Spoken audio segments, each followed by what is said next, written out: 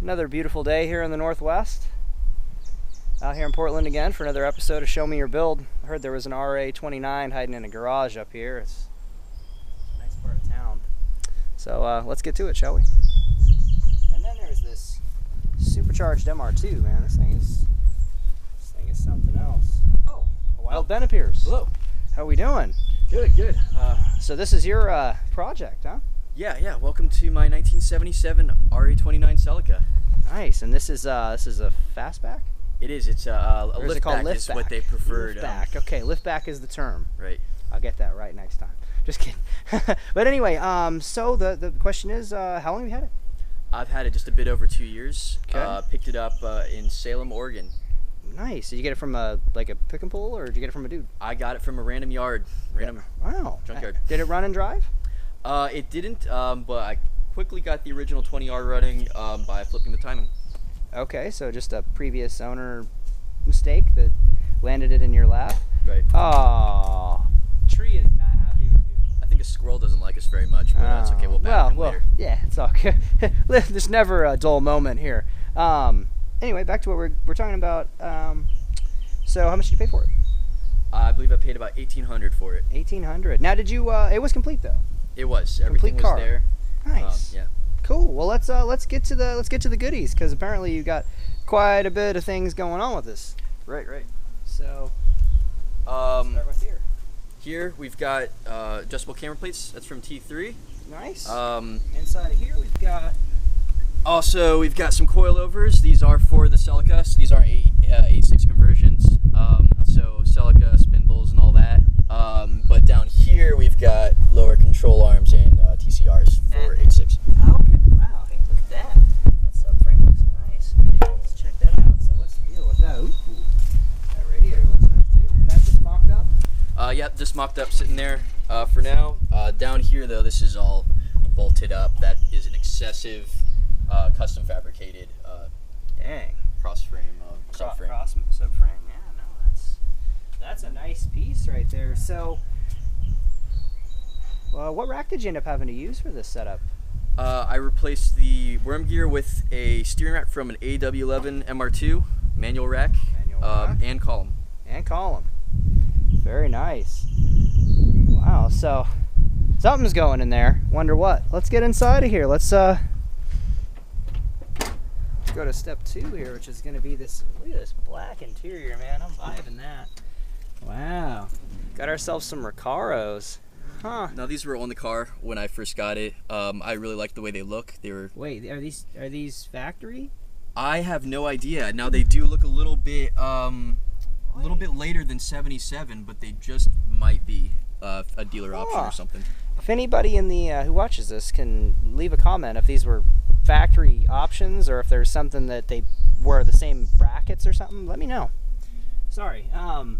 And then, so you said you had the MR2 rack as well, but these indicators are the factory Celica ones? Right, switchgear Celica indicators, they bolted right up. Huh. The rest of it is MR2. Very nice.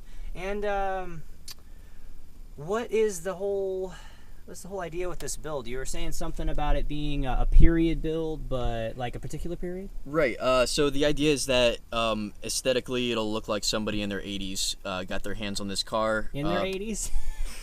You mean in the 80s got a hold of this car? 'Cause it's in the 70s 1980s. car, right?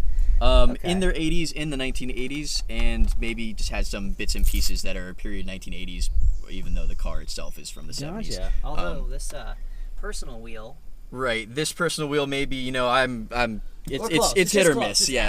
esque. We're gonna say 80s-esque. Yeah. It's right? a light idea. And then this the center console you're saying is something else? 74? This is from a first-gen Celica, but only I think the 72 and 73 were the only models that had this kind of swooping center with a clock here.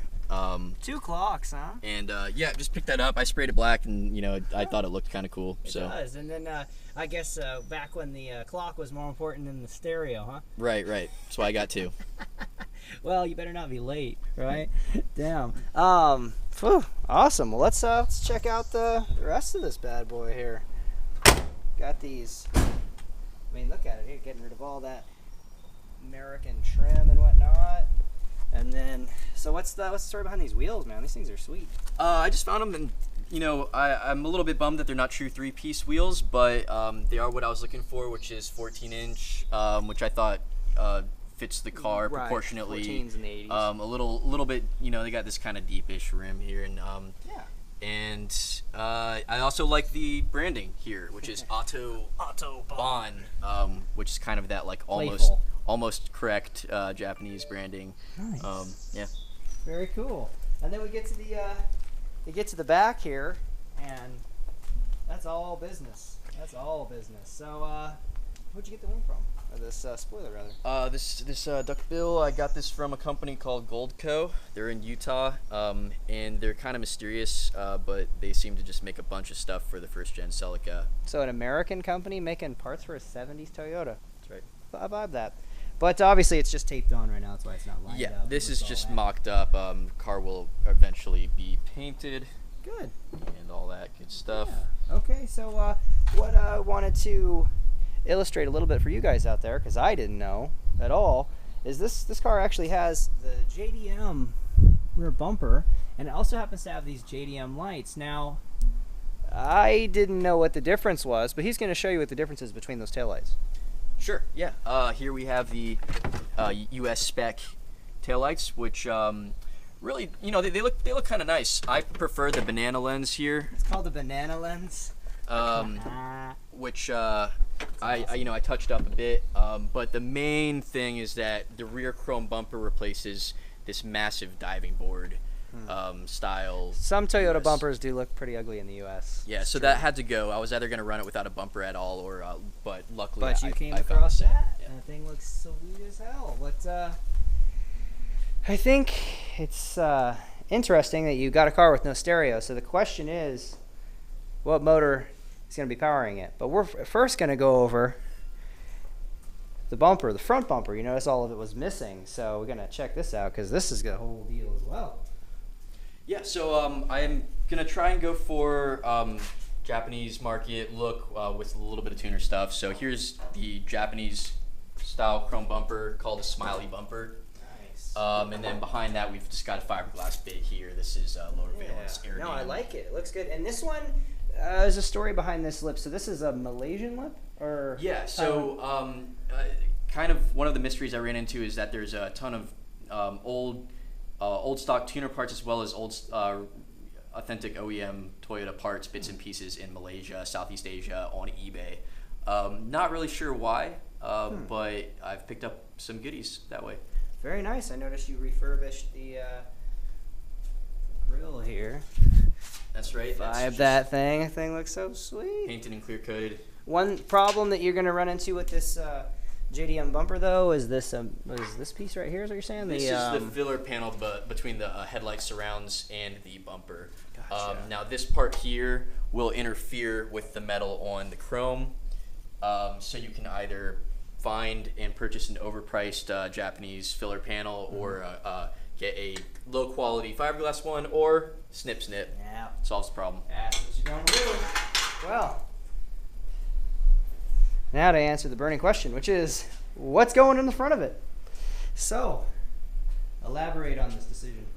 This is a Beams 3 SGE from a Japanese market Toyota Altezza RS200 trim, becoming more and more common swap these days. Which has its pluses and its minuses. You're not as special anymore, but a lot less problems when you go to put it in and you're, have referencing to be able to fix it. Right. 2 years ago, I would have not have as many off-the-shelf solutions to all the problems. Speaking of off-the-shelf solutions, you said you had a motor mount set up Yeah, here. and this was something that was available a couple years ago from Xcessive Okay. here in Portland. The motor mounts to AE86. Yeah. Nice, nice.